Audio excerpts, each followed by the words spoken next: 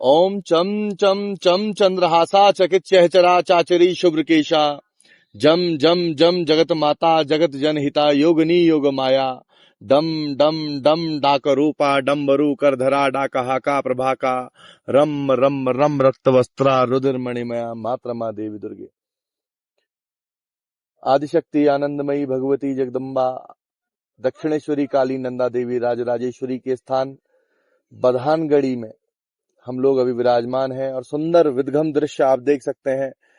हम 2500 मीटर की ऊंचाई पे अभी विराजमान हैं और यहाँ से हमको दूर सुदूर की सुंदर सुंदर घाटियों के दर्शन हो रहे हैं। इधर आप कत्यूर घाटी के दर्शन कर सकते हैं और दूसरी ओर चले जाएंगे तो आप पिंडर घाटी के दर्शन करेंगे।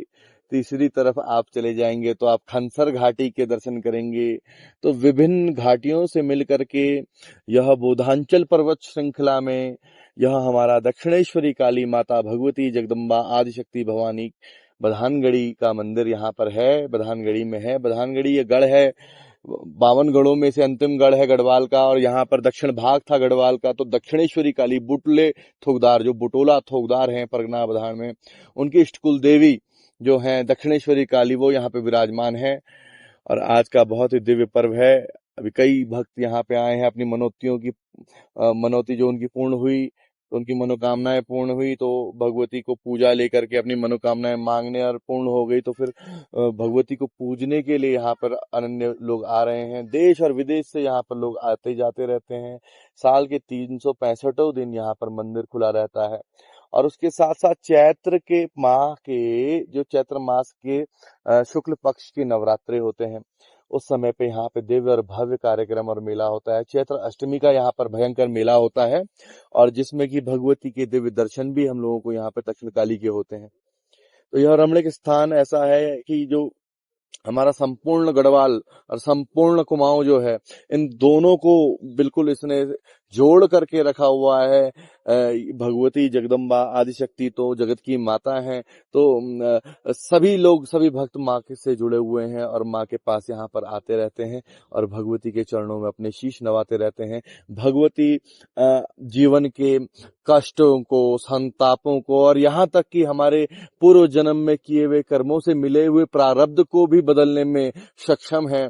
तो उस महामाया का यह स्थान रमणीक स्थान किंवदंती है और कहा भी जाता है, स्कंद पुराण में इसका विवरण है कि अंगिरा ऋषि जब भगवती और भोलेनाथ यहाँ पर बोधांचल पर्वत श्रृंखला के नंदनवन के बधानगढ़ी पर्वत में जल क्रीड़ाएं कर रहे थे तो अंगिरा ऋषि को ध्यान में आया कि महादेव के दर्शन उन्हें इधर होंगे तो वो आ गए। तो भगवती ने योग माया से बोला, देखा कि अंगिरा ऋषि आ रहे हैं तो भगवती यहाँ पे स्वयं ही भूमिगत हो गई उस कुंड में पिंड रूप में और महादेव यहाँ से थोड़ा सा आगे एक कदम बताते हैं दूर अंग्यारी महादेव है, 10 किलोमीटर आगे इन्हीं वन केंद्राओं से उनका रास्ता निकलता है। तो अंग्यारी महादेव में विराजमान हो गए।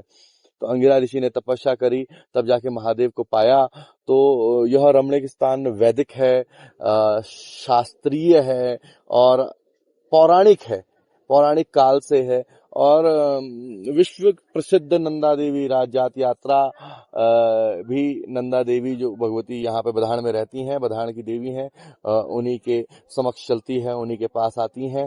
तो यह पूरे देश खंड विश्व में विख्यात देवी बधानगढ़ी का आसन है। यहाँ पर बिजली की व्यवस्थाएं हैं और पानी की सुविधाएं हैं। क्योंकि हम लोग पर्वत शिखर पे हैं, अभी हम लोग सबसे ऊपर हैं और इससे ऊपर सीधे आकाश है तो जल यहाँ पर संरक्षित नहीं हो सकता। तो मंदिर से कुछ 100-200 मीटर की दूरी पर यहाँ पर जो जल के थोड़े बहुत सोते हैं, एक आध कुएं हैं, तो नौले हैं, उनसे जल की पूर्ति होती है। पर भगवती अपने सारे कार्य उस जल की पूर्ति से करवा देती हैं। और आने वाले समय में हमारी मनोकामना भगवती से ये भी है कि सरकार यहाँ बीनातोली से या घनियाल धार से जहाँ से भी सुटेबल हो वहां से बधानगढ़ी तक रोपवे ट्रॉली की व्यवस्था अगर कर दे तो हमारे वयोवृद्ध बुजुर्ग, छोटे बच्चे, माताएं, जो लोग चढ़ाई चढ़ने में असमर्थ हैं उन लोगों को भी भगवती जगदम्बा के दर्शन हो जाएं। और उसके साथ साथ यहाँ बधानगढ़ी का जो कार्य है वो भी सुचारू रूप से आसानी से होता रहे, ऐसी हमारी मनोकामनाएं हैं। आप बधानगढ़ी में आते हैं तो हमें यहाँ पर विभिन्न पर्वत श्रृंखलाओं के भी यहाँ से दर्शन होते हैं। त्रिशूली पर्वत हो गया, नंदा घुंघटी हो गया, द्रोणगिरी हो गया, नीलकंठ हो गया, सुमेरु हो गया, और भी केदारनाथ, यमुनोत्री, गंगोत्री, पंचाचूली, पिंडारी, काफी बड़े हिमखंड के हिमालय के दर्शन एक ही जगह से हो जाते हैं हमें। तो ये ऐसा रमणीक स्थान है। बुरांस के जंगलों से, बांज के जंगलों से घिरा हुआ स्थान है। नेर जैसी सुंदर दिव्य धूप जड़ी बूटियां यहाँ होती हैं, चंद्रा जैसी जड़ी बूटियां यहाँ होती हैं। तो ये सब चीजें तो दिव्य हैं, आनंद है। और इसके साथ साथ हम लोग यहाँ पर कपास जो पूर्व समय में होती थी उसका भी इस्तेमाल आग जलाने में किया जाता था, उसकी भी उपलब्धि है। और वन वज्रदंती भी इन जंगलों में हमें मिल जाती है। उसके साथ साथ इन वन जंगलों में जो हमारे घुरड़ हैं, भरड़ हैं, जंगली बराह हैं, और उनके साथ साथ बारहसिंगा भी हैं। तो इन्हीं वन कंदराओं में बहुत कुछ छुपा हुआ है। इसके साथ साथ रिक्ष और व्याघ्र भी यहाँ पर आए दिन देखने के लिए मिलते रहते हैं। तो जंगली मुर्गियां यहाँ पर फगरियास बोलते हैं, एक वो भी पक्षी है। तो ऐसे ही विभिन्न प्रकार के पक्षी, गड़ौत हो गया, फल खाने वाला जीव है यहाँ, और सीख सौला जिसे गढ़वाली में बोला जाता है। तो ये सब जानवर यहाँ पर आसानी से हमको रात्रि के समय में दिख जाते हैं, और बहुत ही सुंदर रमणीक स्थल है। और हम लोगों का, आप लोगों से जितने भी भक्तों तक, माँ के पुत्रों तक, पुत्रियों तक